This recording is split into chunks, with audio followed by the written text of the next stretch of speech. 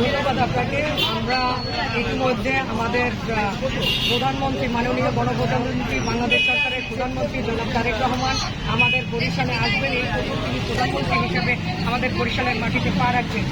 আমরা তার কাছে আমাদের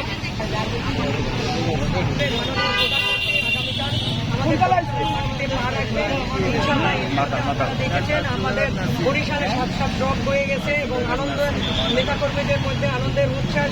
কারণ আপনারা জানেন এই তৃণমূল নেতাকর্মীরা খুবই অবহেলিত, কারণ তৃণমূলের কথা কেউ বলে না। তাই আগামী দিন আমরা আমাদের নেতার কাছে আমাদের তৃণমূলের একটা দাবি তুলে ধরবো।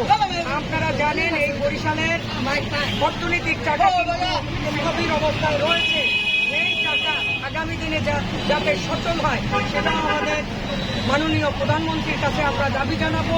এখানে একটা পর্যটন কেন্দ্র হোক এবং বরিশালের রেল লাইন হোক, বরিশালে ভোলার গ্যাস আসুক এবং সেটা কর্ম এবং মেয়েদের যাতে কর্মসংস্থান হয়, মেয়েদের যাতে আরও এখানে কিন্তু মেয়েদের ওইভাবে কর্মসংস্থান নাই এবং বেকারত্ব রয়েছে, সেগুলো যাতে দূরীকরণ হয় এই আদালতকে আমরা তার কাছে দাবি জানাবো।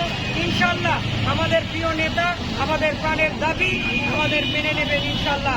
এবং আপনারা দোয়া করেন আমরা আগামীকাল নেতাকে যাতে ভালোভাবে বরণ করতে পারি এবং এই বরিশালের মাটি থেকে তিনি একটা মেসেজ দিয়ে যান যে বরিশালের মাটি খালেদা জিয়ার ঘাঁটি ছিল, শহীদ জিয়ার ঘাঁটি ছিল এবং এখন তারেক রহমানের ঘাঁটি ইনশাল্লাহ।